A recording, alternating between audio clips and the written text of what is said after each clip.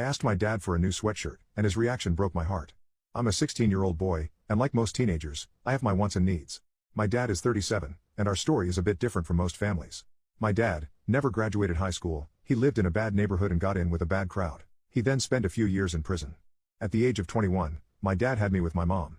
My dad told me my mom abandoned me. When I tried reaching out to her, he advised me not to. She blocked me on Facebook. At 21, my dad had inherited his parents' trailer and a bit of their land, so we had a place to stay. Our trailer isn't a lot, but it's our home. My dad, due to his criminal record, has to work for a construction company. He's tried to climb up the ladder in the past years, but his criminal record and lack of education stopped him from doing so. I begged him to allow me to get a job, but he got angry at me, saying he wasn't going to have his own child providing for him. My dad regrets his past, but he's always told me he can't change it. He's been the best dad in the world, and I appreciate him so much. He never got into another relationship so he could focus on taking care of me. A part of me feels guilty because he stopped his entire life for me. My dad doesn't make much money, we have a lot of bills and he has some debts, so we don't have much wiggle room.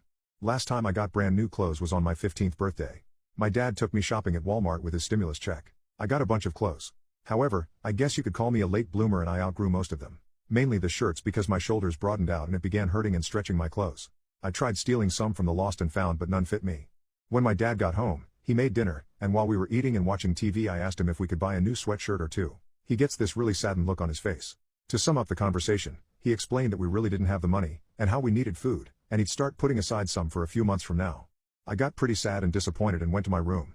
I don't blame my father for any of our troubles, he's a great dad. I'm just frustrated at the situation. That's when I peeked my head out of my bedroom. My father was crying. I wanted to approach him and give him a big hug, but I've never been all that good with emotions.